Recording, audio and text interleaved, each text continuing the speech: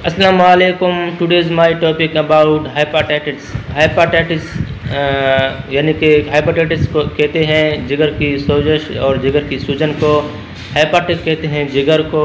और हेपाटिक का माना है जिगर। यानी कि मेरा आज का टॉपिक है हेपाटाइटिस फैलने की वजूहात क्या हैं, हेपाटाइटिस किस वजह से फैलता है, और हेपाटाइटिस बीमारियां हमें क्यों हो जाते हैं, किस वजह से होते हैं। हेपाटाइटिस के ट्रीटमेंट के बारे में मैं आज आपको समझाऊंगा। और हेपाटाइटिस एक सेहतमंद इंसान को क्यों होता है, किस वजह से होता है, उसके सिम्टम क्या हैं, उसके रीज़न्स क्या हैं, और हेपाटाइटिस को जो है हेपाटाइटिस हमें क्यों और किस वजह से होता है। तो हेपाटाइटिस के बारे में समझने के लिए आप मेरे इस वीडियो को आखिर तक देखें और आज़म मेडिकल यूट्यूब चैनल को सब्सक्राइब करें, क्योंकि मैं हर रोज़ नए मेडिसिन के बारे में और हर रोज़ नए डायग्नोसिस के बारे में आपके लिए वीडियोस अपलोड करता हूं। हेपाटाइटिस दरअसल खून से फैलता है, यानी कि मुझे अगर हेपाटाइटिस हो तो मैं अपना खून बगैर टेस्ट किए हुए किसी अपने दोस्त को दे दूं जिसको हादसे में खून की कमी हो या एक्सीडेंट्स में खून ज़ाया हो, तो मैं बगैर टेस्ट किए हुए अपने खून अपने दोस्त को दे दूं जो मुझे हेपाटाइटिस है। तो मेरे खून से दिए हुए खून से मेरे दोस्त को भी हेपाटाइटिस हो सकता है। और हेपाटाइटिस ख़ानदानी भी हो सकता है, जैसा कि मुझे मेरे वालिद और या फिर दादा दादी को अगर हेपाटाइटिस है तो उस ख़ानदान की वजह से मुझे भी जीन्स के ज़रिए मुंतकिल माँ के पेट से हो सकता है, या फिर मेरे माँ को या वालिद को या दादा दादी को अगर हेपाटाइटिस है तो मेरे ख़ानदान में क्रोमोसोम्स और ये जीन्स की वजह से और मुझे माँ के पेट से भी हेपाटाइटिस हो सकता है। इसको सेक्सुअल हार्मोन भी कहते हैं। और ये गंदे पानी और गंदे खुराक की वजह से भी हेपाटाइटिस हो सकता है, जैसा कि गंदे पानी और गंदे खुराक खाने से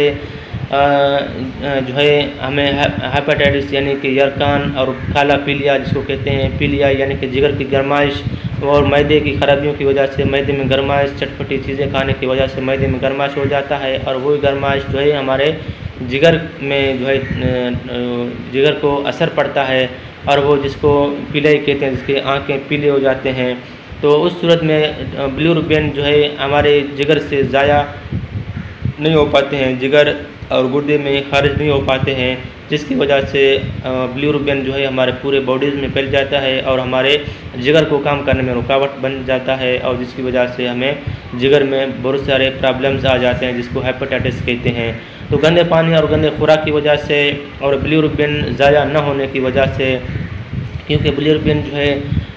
हमें सब सब्जियों से, दालों से और फैट्स यानी चर्बी वाले खुराकों से हासिल होते हैं, और वो फिर हमारे जिगर बनाता है और जिगर खारिज भी करता है, और हमारे हर एक ऑर्गन्स को जो है ज़रूरत पड़ता है। अगर जिगर जो है खारिज करना, खारिज जिगर से अगर खारिज ना हो और फिर हमारे पूरे बॉडीज़ में फैल जाता है, जिसको पीलिया कहते हैं, और उस पीलिया की वजह से हमें हेपाटाइटिस हो सकता है। और ये 3 रीज़न से और जिगर काम करने में रुकावट बन जाता है, और उसके इंजेक्शंस या फिर जो है हेपाटाइटिस आपको इंजेक्शंस की वजह से गोलियां, मेडिसिन, दवाइयां अपनी मर्ज़ी से लेने से, हकीमी फार्मेसी की वजह से, या फिर फार्मिक मुर्गियां खाने से, या फिर चटपटी चीज़ें, मिर्च मसाले तली हुई चीज़ें खाने से भी आपको हो सकता है। गंदे पानी गंदे खुराक खाने की वजह से भी आपको हो सकता है, और सफाई न करने की वजह से, गंदगी की वजह से, घर में गंदगी हो, कमरे में, रूम्स में गंदगी हो, सफाई ना हो, या आपके अपने बॉडीज़ में अगर आप सुबह शाम नहीं नहाओगे और गंदी चीज़ें गंदे खुराक खाओगे, गंदे जगह पे सो जाओगे, उठोगे, या फिर जो है आपको जो है गंदगी की वजह से आपको जो है फैल सकता है। और हेपाटाइटिस अगर आपको हो जाए तो आपको हेपाटाइटिस की परेशानी नहीं हो पाएगी, क्योंकि अगर हेपाटाइटिस आजकल हमारे पूरे पाकिस्तान में कम से कम 55% से ज़्यादा आम खास बंदों में हो जाता है, और है भी वो गंदे पानी और खुराक की वजह से हो जाता है, और वो अपने आप ठीक हो जाता है। अगर आपको हेपाटाइटिस का खदशा हो, टेस्टों में ज़ाहिर हो, तो उसका एक ही इलाज है कि आप अपना पानी और खुराक साफ़ करें, चटपटी चीज़ें, मिर्च मसाले तले हुए चीज़ें न खाएँ, और वैक्सीनेशन इंजेक्शन अपने को लगवा दें। और मज़ीद जो है अगर आपको हेपाटाइटिस है तो आप फल फ्रूटें खाएँ। इससे ज़्यादा अगर आपको PCR वाले टेस्ट में अगर ज़ाहिर हो तो फिर आप जो है अपना वैक्सीनेशन इंजेक्शन आप अपने फैमिली डॉक्टर से रजू करके आपके जो है 6 महीने आपको इंजेक्शन लगेंगे,